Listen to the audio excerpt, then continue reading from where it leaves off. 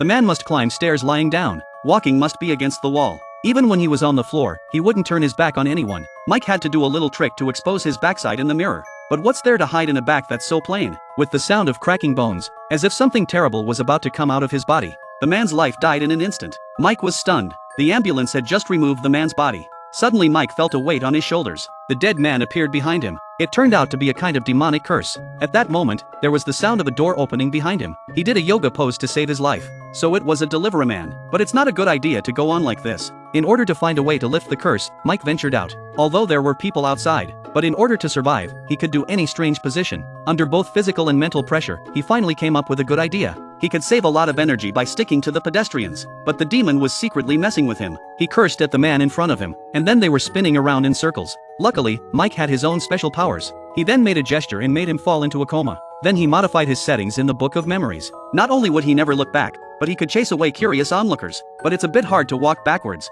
and the weight of the demon was not light. Mike was just about to take a break in the alley when he ran into the girl who delivered newspapers during the day. But it was all part of his plan. The alley they were in was listed in the file, because the name is similar to hell. Whenever there's a mournful music, turning back will trigger the taboo. In order not to alert the demons, he secretly used his cell phone to tell the girl to meet him here. Then it was time to remove the curse. Mike slowly got up and turned on his cell phone to play music as if he wanted to relieve himself. The demon looked at him with disdain, thinking that Mike really couldn't hold out any longer. But when he turned his head in triumph, he realized he hadn't transferred to the girl.